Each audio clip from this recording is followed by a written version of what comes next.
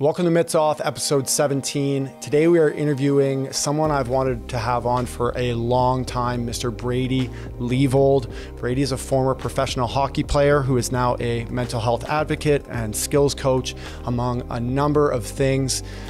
He has a story that is incredibly telling and brave and courageous, and it's something you guys are going to want to hear. Mitts Off is powered by Sports Interaction, our exclusive betting partner and your homegrown sportsbook. Download the app to get started, 19 plus, and as always, please play responsibly. Here we are again with another episode of Mitts Off. I'm very excited about today's interview. We have a man with an incredible story, and I can't wait for you guys to hear it. Joining us today is Brady Leavold. He drove down from Muskoka to give us his time today. Braid, thank you, man. My pleasure. Thanks for having me. I've been following along, love the show, and friends with some of your past guests as well. But I love what you're doing here, and appreciate you bringing me down. I should say, man, I thank you for that. I told our producer Darren before we got going, after every episode, you're one of the guys that always sends me a message and says, great epi, and you've been on our side since day one, so I appreciate it, man. I was telling D too, so the first time I ever met you and saw you, I walked into this community arena in Brampton, and I walked in, there's about 20 hockey players in there. It was for the filming of this docuseries Bourrier, where I didn't know whether this thing was going to get picked up or where we were going, but I'll never forget. I walked in and you were literally telling a group of like random stranger hockey players your story, just like spilling your guts. And then I just remember thinking like how cool that was. I had so much respect for you in that moment, because here's a guy that didn't know anyone around or in the dressing room. And like, I thought that was so cool, first of all. Did your scene make it through in Bourrier? Can you tell me a bit about who you portrayed and your role in the movie? Yeah, first off, it was just such a great experience. And that moment was kind of cool. Just to touch on that quickly, I just think, my story is sometimes hard to hear, and I can be a lot, but it's also an opportunity. You just never know what anybody may be going through in any given room. And sometimes by being vulnerable, we can help people. So it's cool that you remember that. But yeah, just a great experience all around. I got to play Bobby Clark. I got that. Oh yeah, that's Clarky if I ever seen it. Teeth out for sure. But man, I loved your scene for sure. They did such a great job. I did make it in a very brief appearance. If you blinked, you'd literally miss it. But it was one of those moments where, yeah, it was just kind of cool to be involved and to be a part of just what a story that he has, and just to see what goes into creating something like that was an honor and a privilege. So the docuseries, actually, it's a 6-part series called The Journey of a Legend. It's on Crave now. Go check it out. I played Dave the Hammer Schultz. I was actually supposed to just be an extra too. I don't know if you knew this. I was just supposed to be on Philly as well, but I got there and I was skating around, and the director pulled me over and was like, hey, we have no one to play Dave Schultz, and you are Dave Schultz. Would you like to do that? And I was just like, yes. You kind of played the same role as Dave the Hammer too. So yeah, they nailed it with you. But yeah, I would strongly suggest everybody check it out. I really believe they did a great job, and it's just so fun to be a part of it. Yeah, it really was, man. And yeah, that is the thing I mostly remember, dude, was I walked in and I think someone had asked about your history or something like that, or I'd heard your name or seen you on Instagram, and you were basically just an open book. So I just want to, get to know you a bit. Obviously, you're not from here. You grew up in BC, right? Yeah, just outside of Vancouver, Port Coquitlam. It's about 30 minutes from downtown Vancouver, and started playing hockey at the age of 5. And I'm sure just like you, and probably a lot of people watching or listening to this show, had the same dream of one day, becoming a professional hockey player, and kind of got pretty close, but had some struggles along the way. Yeah. Did you always know from a young age that you wanted to be a hockey player, play pro for a living? Nothing else interested me. Like it was all I wanted to do. School, I look back at the way that I was, it was all I was thinking about all day, whether I was in class. I just want to get home and have a stick in my hand. And I think I don't ever know if I ever believed in myself enough. And this is something that, I tell parents a lot, and players that I coach, the young ones, even the guys who have already made it, like, keep believing in yourself, because it's really powerful. I just feel like I didn't have enough belief in myself. And I don't think people surrounded me, and I'm not saying it's their fault, but I just don't think I had the right pieces to kind of actually allow myself to believe, because everyone's always saying, it's only, 0.00 whatever % chance of making it. And it's a lot that goes into it. But what about the ones that do make it, like you? Like, somebody's got to make it. And, I think I always wanted to be a hockey player, but more than anything, I just loved the way that it made me feel. I loved playing the game. It was so fun. And I had a lot of struggles in my early life, and hockey kept me from having to think about all of that. Yeah. And is that kind of where the story starts for you? Was it leaving home? Was it, younger? Where does the Brady Leavold story start? Yeah, it's going to be hard to hear, Luke. And this is something that, has been, I travel around and I speak and I share my story, but it's still not easy to do. When I was a young boy, I was sexually abused. And, it's something that 1 in 6 boys go through, 1 in 3 girls, and something that obviously was really hard to go through at a young age. But thankfully I had hockey, and hockey was that sort of safe space for me. And so, very early on, I learned how to, try to make sure that nobody knew what was going on with me. And I would put on different masks in whatever room that I had to go in. But always when I was playing hockey, that was sort of where I felt confident. That's where I kind of felt like I belonged. And I spent a lot of time doing it. When you spend a lot of time doing something, as well as I do, that you get pretty good at it. And that's sort of what happened. And I was able to move away from home at 16 to play in the Western Hockey League with the Swift Current Broncos. But thinking I was going to go live out a dream, it quickly kind of shifted into a nightmare due to some of the circumstances, but also some of my own choices. I just look back and I'm like, man, I was not ready to move away from home. And unfortunately, not only did my hockey career struggle because of that, but I also struggled personally with my mental health, and some self-medication started early on. Well, it's interesting you say that, because junior hockey it's a struggle, man. And especially for kids that are that young, it's interesting you say that they're not ready. I remember so many kids off the top of my head that I looked at and I was like, this kid is not even ready to be moving away from home. I think I was mature enough at that age, but it's not an easy atmosphere on or off the ice. Moving away from home, away from your parents, away from family members, friends. That's not an easy living, eh? Yeah, I mean, it was definitely challenging. I think from somebody who came to like always being one of the top end players, never being cut from a team, you move into the Western Hockey League, you find out real quick that, hey, there's a lot of other players in Western Canada and certainly the world that are better than you, and it's going to be a long journey. So that was hard. Like, that was where hockey started to kind of stop working as that outlet for me, because I didn't feel as confident going to the rink. It didn't give me that same sort of natural high that it had for so long. And unfortunately for me, and like, this is a common story, years ago, I didn't have the best leadership group, older guys, and they made my life, and not just my life, but really challenging on a day in and day out basis. It was sort of this rite of passage for hockey players. I went through it, so I'm going to do it to you, the rookie hazing and all of that. And some people can go through it. And like, I think a lot of it is looked at, it should be in good fun. But when you're somebody who's already struggling and hiding a lot of things that people don't know about, it can be taken a lot differently from each individual. And certainly I had a really hard time managing that. And it showed on and off the ice. There was a hazing culture. And thankfully for me in Erie, well, not thankfully, because there was an incident in the OHL my rookie year that led to the abomination of any of that stuff, basically across the CHL wide. But was that anything you experienced that led to any type of trauma? Yeah, I mean, 100%. Anything from being locked in the bathroom with 4 other guys with no clothes on to showing up. I remember being in high school in Swift Current and already so nervous being a young guy on the team going to practice, just worried about, do I have to take a pass on my backhand today? And is it going to blow up? And am I going to get yelled at? And I just remember, having to go right from school, right to the rink, probably stayed up all night talking to my girlfriend the night before. So I'm already tired. And I'm almost late for practice, and I'd show up and my skates would be missing or my gloves would be missing.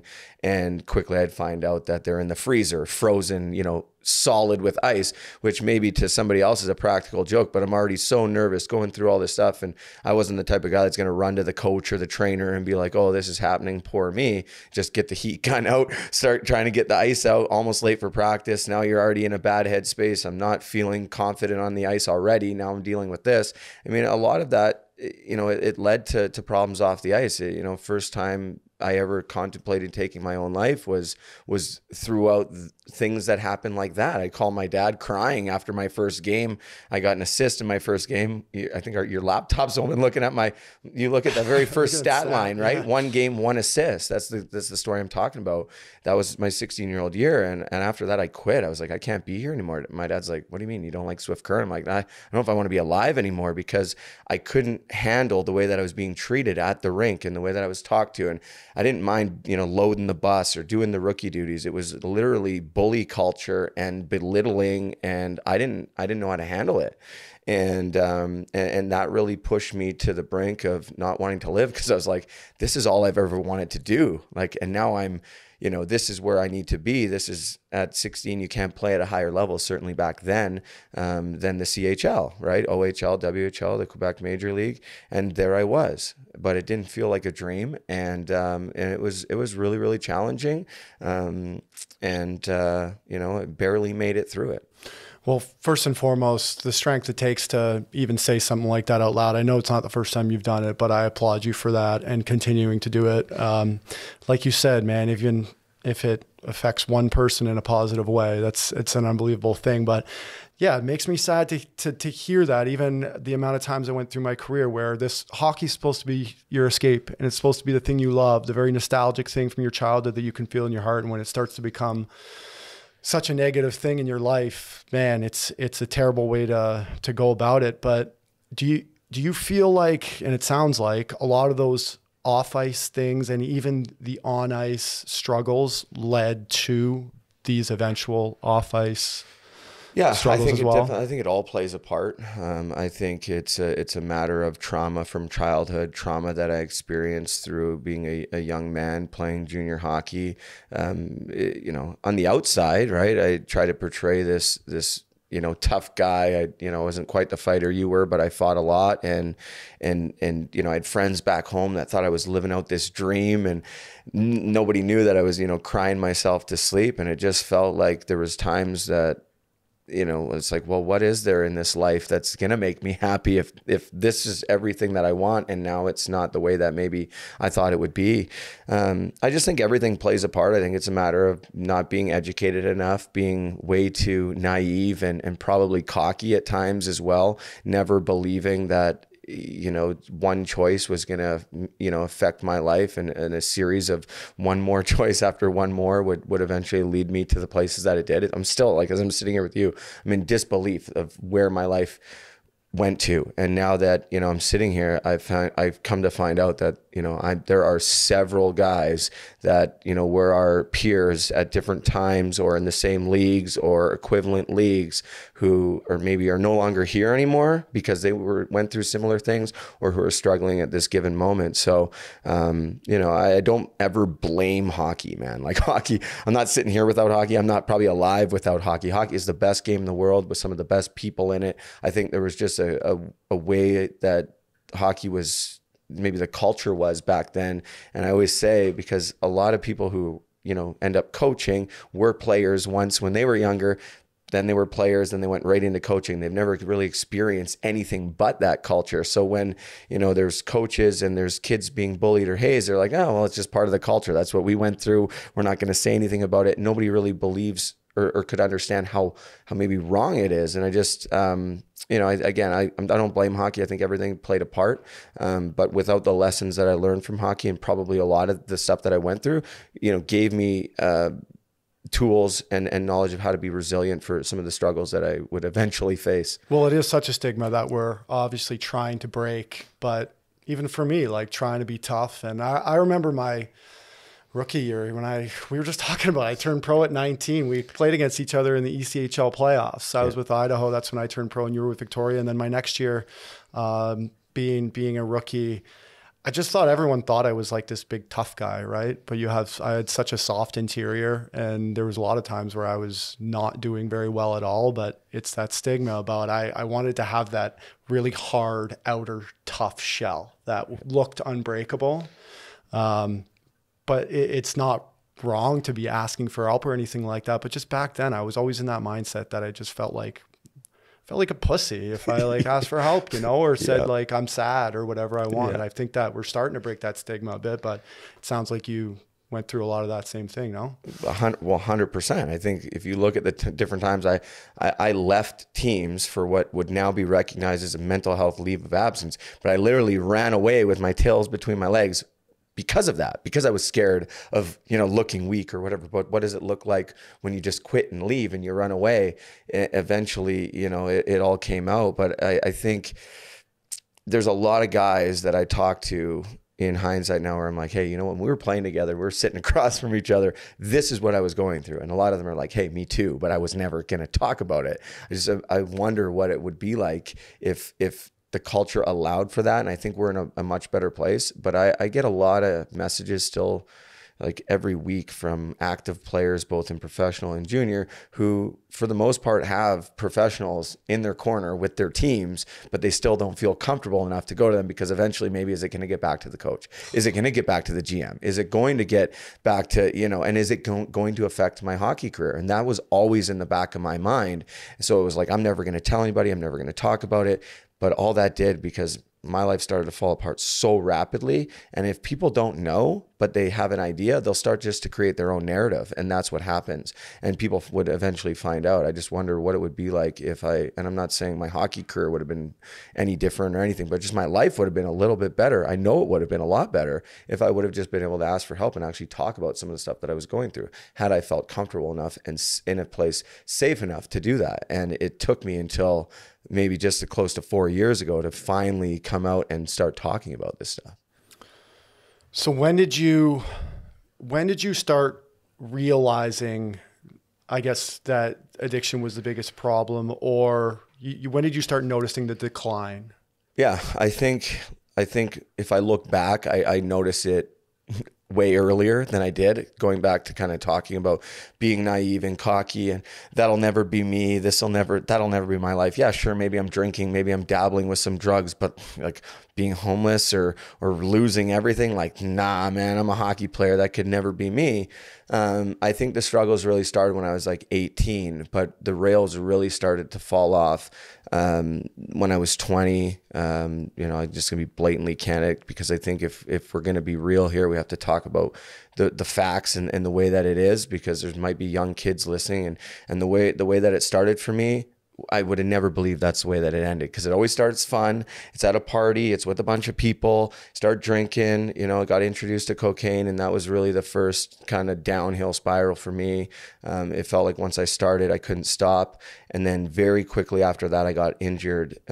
4 games into I was with the Norfolk Admirals, blew my knee out, and introduced to painkillers. And it seems like overnight I was physically, emotionally, spiritually addicted to these pills, couldn't live without them. Nothing else mattered but these pills. I lost my hockey career, my family, and eventually, it ended up in every street drug imaginable, homelessness, incarceration, and multiple suicide attempts, tens of overdoses where I just don't even understand how I'm alive. By the grace of God or a higher power than me, I'll say I'm here.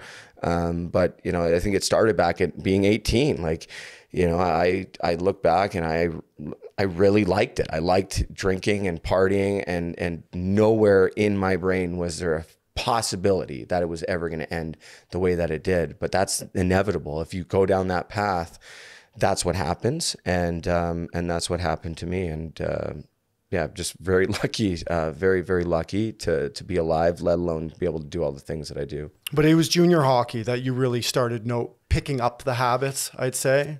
That's interesting, man, because I've been through some shit in my life too, and I haven't been super public about what I've gone through, but I went through it later in my 20s, and I really hit it in pro hockey. It can happen at any given time, and that's why we have to be very mindful about who we hang out with and the choices we make, because they have lasting impacts, not just on us, but the people around us as well. Can you expand on, we've never talked about this, and I would love you to maybe share expanding on the homelessness part. Like, nobody ever asked me this. I'm so glad you asked me this. I think it's not phenomenal, but I just like, you never hear of a 20-year-old kid playing pro hockey, just came out of junior, that is, living shelter to shelter, or however you were.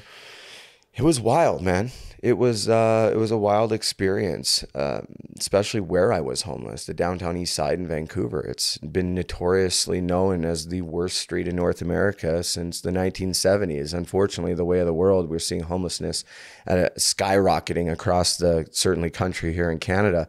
But my whole life, man, I was going to Connex games. My dad would drive me by there and be like, I'd lock the doors because I'm scared. And he'd be like, if you try drugs or if you don't go to school or whatever he'd say, this is where you end up. And I'm like, not me, Dad. Like, I'm different. Right.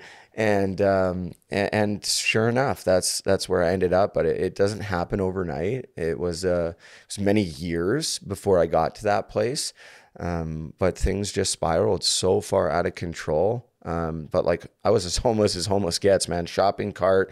Very rarely did I even want to stay in a shelter just because it's a whole other nightmare that you don't understand unless you've lived it.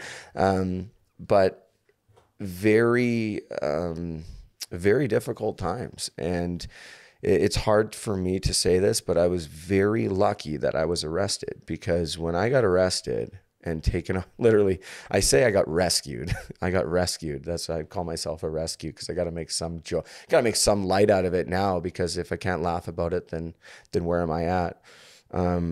But when I got picked up, man, like this really bad batch of stuff went through the downtown east side and killed almost 2,000 people in like a month. All the people that I was hanging out with.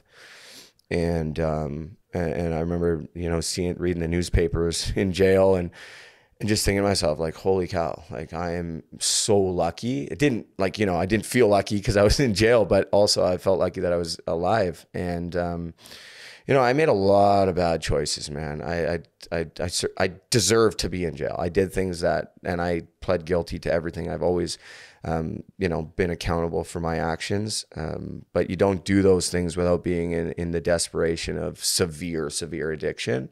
And when I was younger, I would judge people, get a job. What are you, stupid? Get off the street, thinking that it's so easy. And life kicked my ass, man. It put me down, and it made me understand that it can happen to anybody. Our choices matter. Trauma plays a big role. You asked me about homelessness, man. This is something that people don't understand. I met some of the best people ever when I was homeless. It's hard to believe, but there are so many people in this world that have been through things that, none of us will ever understand, but they have so much to give. Like I've met some of the best artists when I was homeless or in jail, some of the best, just the stuff that they can do. I'm just like, wow. But some of them couldn't even write their own names. And here I was like, wow, what a perspective shift. One thing that I will say that I'm like, maybe one of the things that I'm most proud of doing was that I helped 3 people graduate when I was in jail, because like I graduated, I'm not the smartest guy, but it made me realize that, holy shit, like I lived in a pretty big life of privilege, man. I got to play hockey. I always had a roof over my head. The stories that I heard from other people, it made me understand the world at a way greater level. And, it's, again, one of these things that if you're listening and you really know my story, you're like, how can you really say that you feel grateful that you went through all that? Let me tell you, I feel so grateful that I went through that, because it's equipped me with knowledge, and I feel like almost like superpowers that help me understand and see the world differently, where I can leave this place a little bit better than when I found it. And no hockey career ever would have made me feel that way, the way that it makes me feel when I'm able to help somebody else. Like it's really hard to explain. It would take me all year to really go into details about just the power that it carries to be able to go through something like that, make it out the other side, and know that your experience can help, even if it's just one person. Well, that's so fascinating you said about some of the people you met when you were homeless, just because, addiction doesn't care where you're from, who you are, what your background is. It can take you from anywhere, and it can take the strongest of people, right? And it's happening to some of the people that you never thought it would happen to, or it's just anybody, right? And that's fascinating you said that. What kept you going through all this? Let me kind of rephrase that. Would you say that was something keeping you going, or did you just not care what was going to happen to you? I did not care.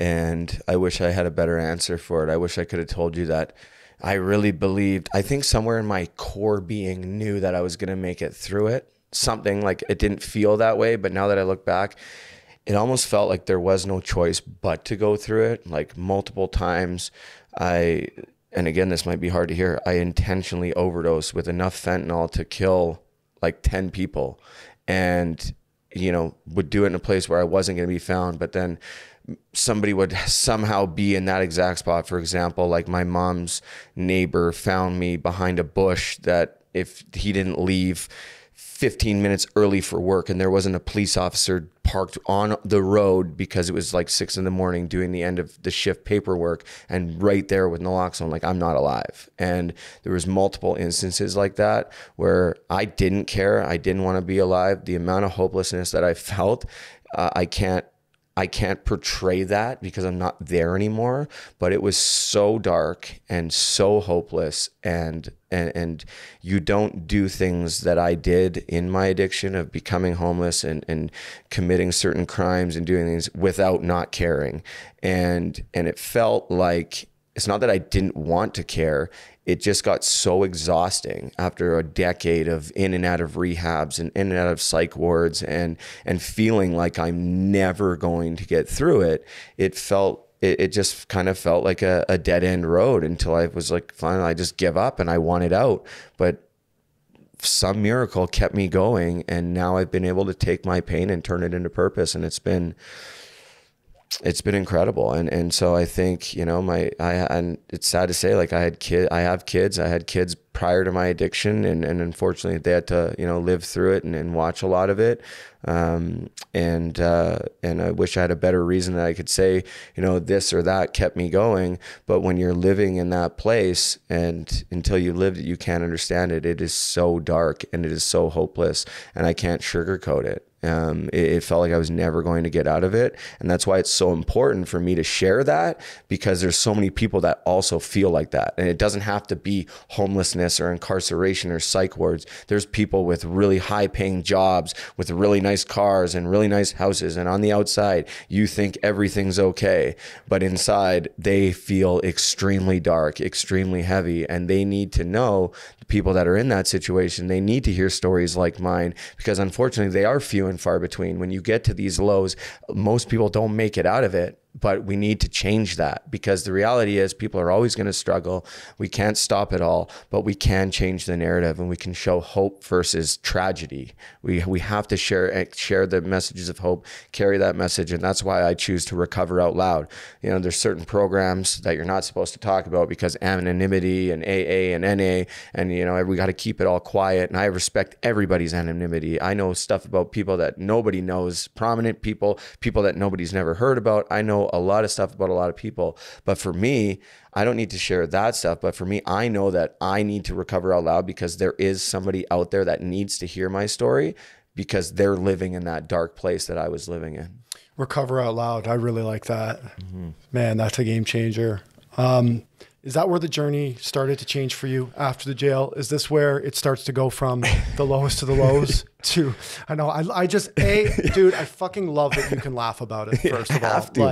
I think it's so cool that you can do that, and even almost be a little self-deprecating too. It's just, it's very refreshing. But you go from the lowest to lows. Is that about where the trend starts to go back up? Yeah, let me tell you, it was hard, because when you live in that place for 10 years, I talked about, you know, talking a different way, walking a different way. When I was moving into the Western Hockey League, same thing happened when I spent 3 years in jail. And let me tell you, you see movies, you see TV shows, that's the way it is. They do a very good job portraying it on TV. What's jail like? I gotta cut you off. It's rough, dude. Like? It's rough, man. I saw a lot of different things. There's rules and politics and it was I was wet behind the ears when I first got in there, but I left a prisoner, man. Like, I was in there for 3 years, and you're either eat or be eaten. So I thought, you know, I'm going to play this game. I felt like I was on Big Brother, man. Like, I'm going to survive. I'm going to do things. And I got in, and I'll tell you, the hockey player thing certainly helped. You know, you've seen it.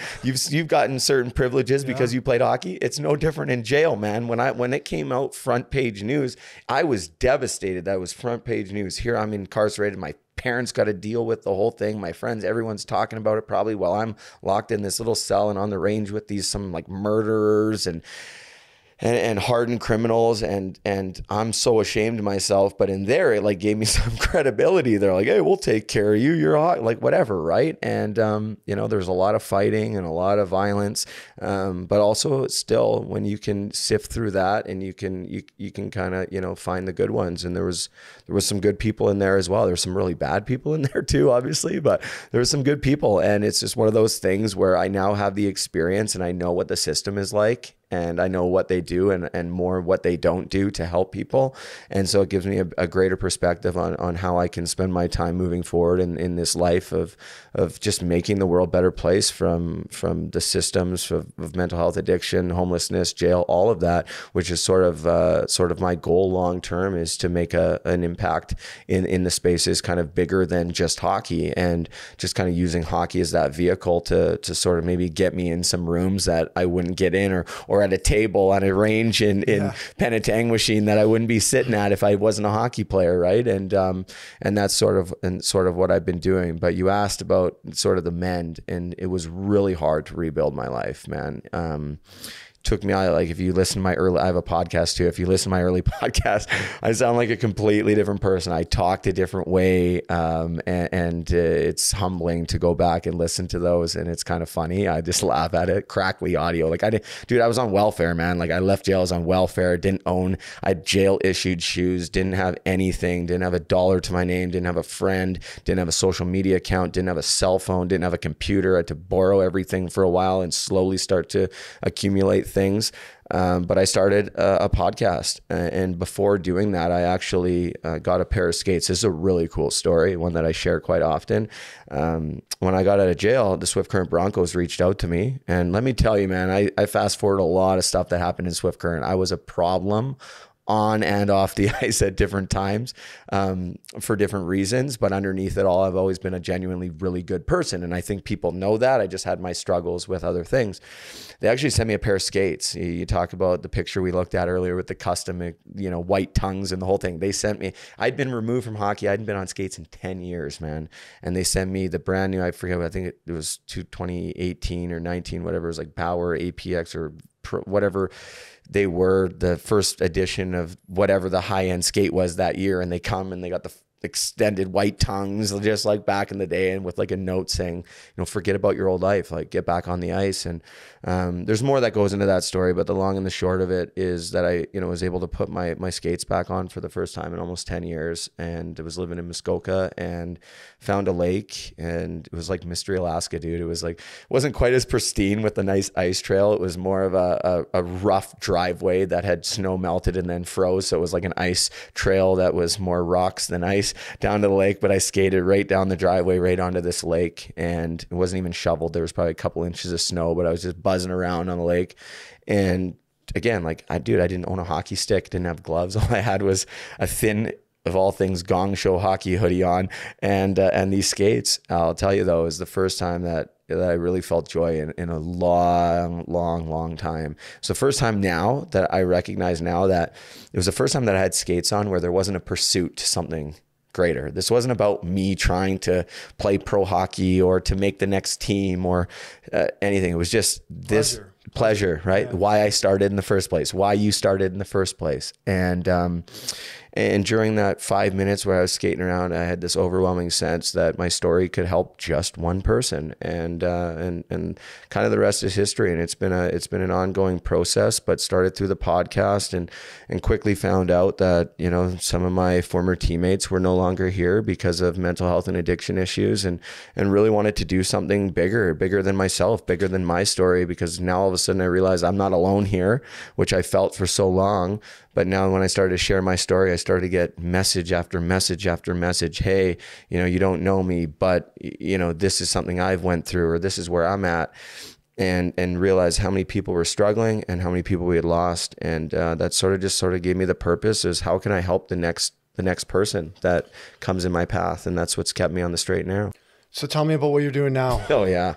Puck support, and the traveling you're doing, speaking to kids and junior teams. Is it a lot of this same message? You're always around traveling. Talk to me about what's going on for you these days. Yeah, I mean, I feel very grateful to be able to do the things that I do. Number one, I really enjoy doing it, and that's something, if you're watching or you're listening to this, if you're just living and you're not enjoying what you're doing, I would strongly suggest, taking inventory and making some changes in your life, because I'm not 100% happy. I still struggle from day to day, but knowing that there's like a purpose and a purpose-driven life has saved me. I travel around and I speak to schools and to hockey teams and to corporations, and depending on who I'm speaking with, I'll change my messaging. I think my niche has sort of been that young hockey player or hockey family, because so often we talk about hockey players, but what about the parents who have to say goodbye to their son or daughter who's either leaving for junior or college? There's a lot that goes in that. How can we better support our son or daughter who's moving away? Because I think, I talked to my dad, who's a scout in the Western Hockey League. He's been around hockey his whole life, but you just sort of, okay, well, they go on their way and the coaches and the team's going to take care of everything. And I think they do a really good job at it most of the time, but you can't manage 20 bodies in a city when kids are buzzing around after practice. Yeah, curfew at 11, but what happens till 11 type deal. So I've really just tried to hone in, especially right now, on that maybe like 12 to 25 range, I think is the key age, but certainly high schools, just trying to change not just the culture in hockey, but just in society, of just being kind to one another, sticking up for each other, not allowing bullying. And Puck Support started a nonprofit organization that we're still slowly getting off the ground to help support hockey players who are struggling, and their parents and whoever's a part of the hockey community with issues such as trauma, mental health, substance misuse and abuse, and supporting families who have lost their son or daughter to suicide or overdose, which is, to my knowledge, right now in our database, 114 hockey players. Which one is too many, 114, and those are just the ones that I've heard about, ranging from 14-year-old girls all the way up to retired NHL players and everywhere in between. So that keeps me busy, but really gives me great purpose. Just trying to help that. I'm going to continue to say it. Just try to help that next one person at a time, man. That's been the secret to keeping myself on the straight and narrow.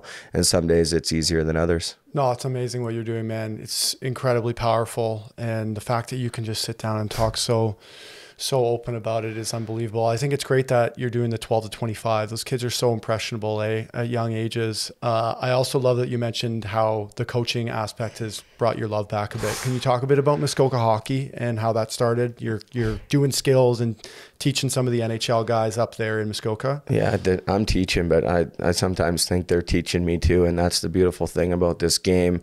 So just a cool story that I'll share as well. I live in Muskoka, and it's no secret that a lot of NHL players have places up there and like to spend their time in the summer. And I knew that there was a group of guys skating. I had heard about it from a goalie that, shout out Mitch Webb, who is a young goalie that they used to bring in as a attendee once in a while. And he's like, hey, these guys are skating. And I just looked at my girlfriend one day and I was like, I'm going to be on the ice with Sam Gagner. I knew he was kind of the ringleader of that group. I didn't know him, man. I'm a Western League guy. I wasn't even following him on Instagram because I felt like this guy probably thinks I'm a loser. I'm not even going to follow him. Like, truthfully, this is where I was at. And he knows this. We laugh about it now. And I looked at my girlfriend. I'm like, I'm going to be on the ice with Sam and those guys. And she's like, okay. And 2 weeks later, I was sitting there with her and my phone's like, Sam Gagner started following you. And then I get a message. He's like, hey, man, our guy's gone. I've been following you from afar. A lot of us have. He's like, I love what you do off the ice, but I see what you're doing on the ice. How'd you like to come out and run one of our skates tomorrow? And I thought it was a joke at first. I'm like, but he's got the blue check mark. And I'm like, it's him. I'm like, still didn't believe it. I'm like, okay, like this is... And he's like, yeah, come out Monday. It was like a Friday. He's like, come out Monday or whatever. He told me to come at 11:30. I showed up at 11:15 because I didn't want to be too early. They're already on the ice. He told me the wrong time. And like JT's out there and like a bunch of other guys. And JT's a punctual dude. Oh, yeah, right. And I know that, right? And like, I'm Johnny just like, Tavares, oh my God. Sorry. I'm just like, oh, right. But I'm not, what am I going to give? I'm not going to give Sam shit about it at this time, right? Because I didn't know him. I just put my skates on and went out and did my thing. Luckily, there was another guy that was doing some stuff with Johnny, and And then he called me. He called me like, I don't know if it was the next day or a couple hours later, or text me. He's like, hey man, the guys love you. How'd you like to come back? And tomorrow and for the rest of summer. And so I did. And then me and him just kind of built a friendship. And then when last year he was in Winnipeg, we just kept talking, and he decided that he wanted to do some more stuff for youth and kind of grow Muskoka hockey. He's like, how'd you like to be the head coach and do something? I'm like, oh my God. So then last summer was really the first summer that I was full time with them, and being able to work, with, I think we had over 40 full-time NHL guys come through at different times. Some are full-time, some come for a week, some come for a day. We even had Adrian Kempe. Like, what are you doing here from Sweden? You're in the middle of nowhere, Muskoka, to stay with Brady. Right? And it was just kind of cool. You never knew who was going to walk through that back door. And what a debt that I owe to guys like Sam and like Bo Horvat, one of the best guys. I don't even like to name because they're all unbelievable people. We see them on TV. I know you're doing a fantastic job. I love you on Monday nights there on Sportsnet, man. You doing other nights too? Oh, I'm 3 days a week, baby. You're 3 now? Oh, yeah. Oh, man. Maybe every day feels like a Monday or a Friday to me. It feels like I'm just always watching hockey. And I guess, yeah, you're always on. I'm just your staple Monday, though. Oh, yeah. Well, first and foremost, you said one thing, dude. Nobody thinks you're crazy. I remember the first thought that I thought of when I saw your Instagram and your podcast was how envious I was of your vulnerability. And I just think it's so brave, so courageous. And what you're doing really is truly, truly important, man. God's work. We're right around New Year's now. I want to ask you one more question before we cut this out. Sorry, not cut this out, before we end this thing. What is your core message to those struggling, hockey player or not, looking for a fresh start in 2024? Yeah, that's a really great question. There's a few, and I'll just kind of go off on a riff for a minute here. I think for me, getting honest was so hard. For so long, I wanted to do things my way, and my way just didn't work, and I had to get honest. And part of that was addressing the things that happened to me when I was a kid. And for me, that's what it is. But for somebody watching or listening, it could be any number of things. And I hate when people compare traumas or stories. Everything's perspective. If you have feelings towards something, or if you're hurting, it's valid. You're not alone. And you talk about vulnerability. I have a saying that I have, on t-shirts from our clothing line and stuff that says vulnerability is strength.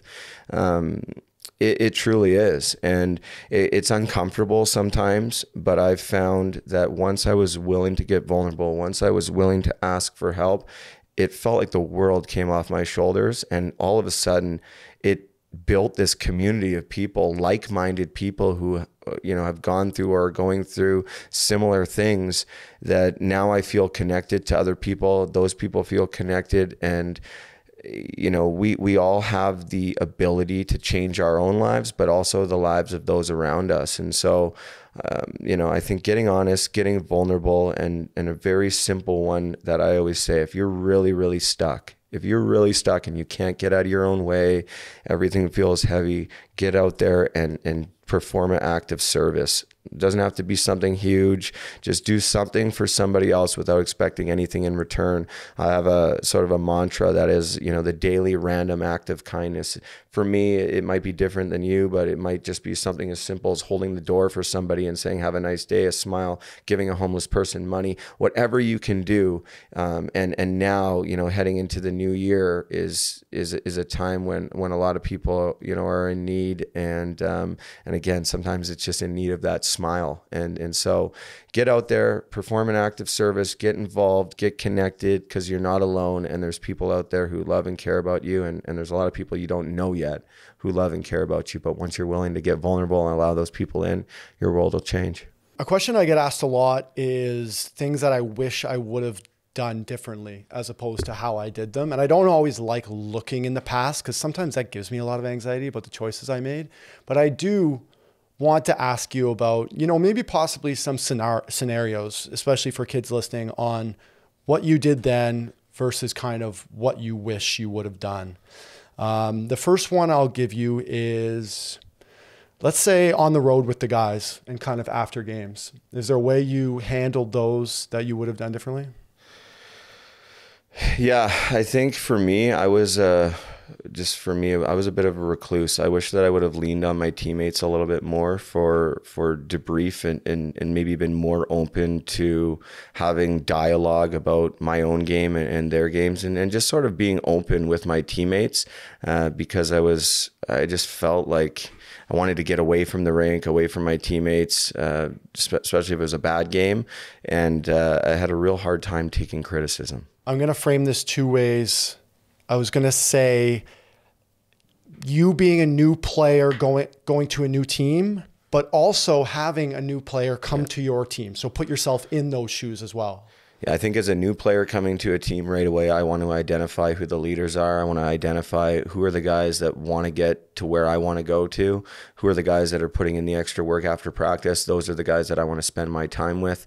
The ones who are, and we're talking maybe junior hockey, if you're a junior hockey player, hang out with the guys who are putting in the work and who have the same idea of where they want to get to, because you can hang around with the wrong people and end up in the wrong places real quick.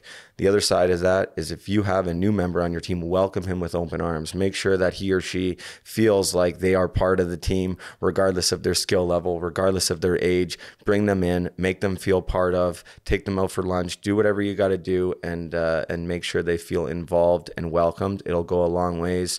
At the end of the day, you have to work as a team. It's an individual road to maybe where you want to get to, but everybody has more success when you're working together. Last one. This is kind of niche, but I read an article and your answer perfectly portrayed my experience of going to high school while playing junior hockey. And it was not a great one for me. I went to an American high school and we battled with the athletes there, mostly the football players. We were a whole different crew of people, but I read an article that was similar about you at Swifty, that you had some issues in school. So the question I'll ask, what you did then versus how you wish you would have acted in school while playing hockey. Yeah, I think I would have been more open to meeting new people and having an understanding that I'm coming into a new school, and a lot of these people have been coming to this school for years, and they all know each other. I certainly walked with a bit of a chip on my shoulder, and I let comments and what people said to me really affect me. And I wish that I would have just been maybe a little bit more open to learning about who these people were, where they come from, instead of, thinking maybe I was better than coming from a bigger city to a small, maybe farming community in my situation. But yeah, just wish I would have mingled more and met more people, because eventually the hockey ends and your network is pretty important, isn't it? It really is. This is for real last one, because I kind of, oh man, if there's one that I identify with, it's this one a lot. Fighting so much / just playing with a lot of anger, and emotion and anger are kind of different things. I was very angry a lot.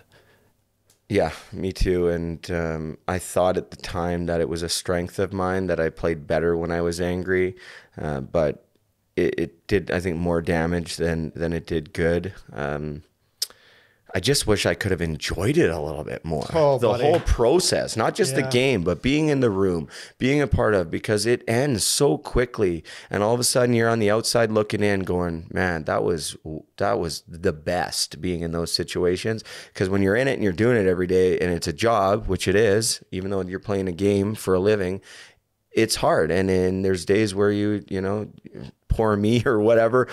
And at the end of the day, when it's gone, man, do we miss it. Like I said, it's incredible what you're doing. If you're out there listening, if you're struggling, don't be afraid to ask for help. Heck, DM you, no? Yeah. I'm not always the best at getting like right away, but I do make sure that I get back to everybody. If you have messaged me and I haven't messaged you back, just message me again. You're never bugging me. It's just sometimes I have my own stuff going on. It's important to remember, people see my story and they see how I've been able to rebuild my life, but it hasn't come with just the ebbs and flow of life. You know, there's been days where it's been hard for me to get out of bed or to keep going, but you know, I just keep doing the next right thing. And that's something that you can do as well. You don't expect, man, Rome, it's the oldest saying, Rome wasn't built overnight. It's so true. You got to have patience with yourself. Give yourself grace, man. And yeah, keep up the good work on Sportsnet. I love that they actually have people that know what they're talking about. I probably shouldn't say that, but sometimes it's nice to get that player's perspective, and you're doing one hell of a job, Gazzy. So keep it up, and I greatly appreciate you having me on, and wish you nothing but the best of success with the pod and with Sportsnet, whatever else you decide to take on. I'm sure you'll do a great job. Awesome, man. Well, thanks for saying I know what I'm talking about. At least I'm fooling somebody out there. What's the podcast called? Hockey to Hell and Back. So we'll have to get you on at some point. It's not quite the production as Mitsoff, but we're a step up. I do own my own computer now, and there you go. I'm just kidding. And I'm not sitting in somebody's car recording episodes anymore like I was 3 years ago. But yeah, it's available on all podcast platforms. I've kind of put a pause on it, but looking forward to getting it fired back up soon. Amazing, brother. Thank you for your time. All right, man. Thank you.